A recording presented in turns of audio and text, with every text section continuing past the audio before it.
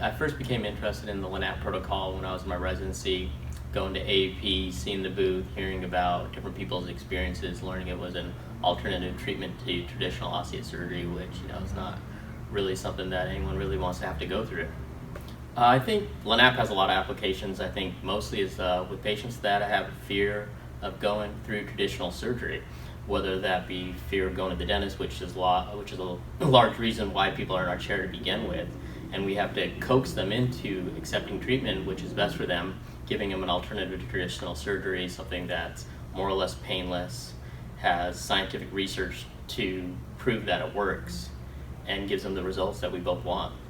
I have a patient that came in. She was a young girl, about 29 years old. She had had a history of a tongue piercing on her tongue, which caused trauma to her lower front teeth. When I saw her, she had pretty severe bone loss, almost down to the apex of teeth 24 and 25. The tissue was very inflamed. There was no attached tissue in the area, and we were trying to think of what options we had. And we know the prognosis for something like that is poor. But I was like, we're not going to lose anything by trying to use the laser in this case. And I talked to her, and she wanted to do anything she could to save her teeth. So we gave it a shot. We ended up splitting her teeth, doing LANAP protocol on her full arches, and I saw her 6 months later.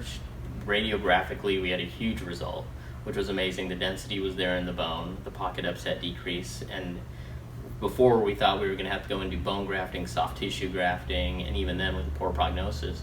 Now we have something that's stable, and we're monitoring it at this point, and there's been no real surgical intervention other than the LANAP protocol. The acceptance of LANAP protocol following for versus conventional periodontal surgery is much higher, and I think a lot of that has to do with the fear of the patient coming into the surgery.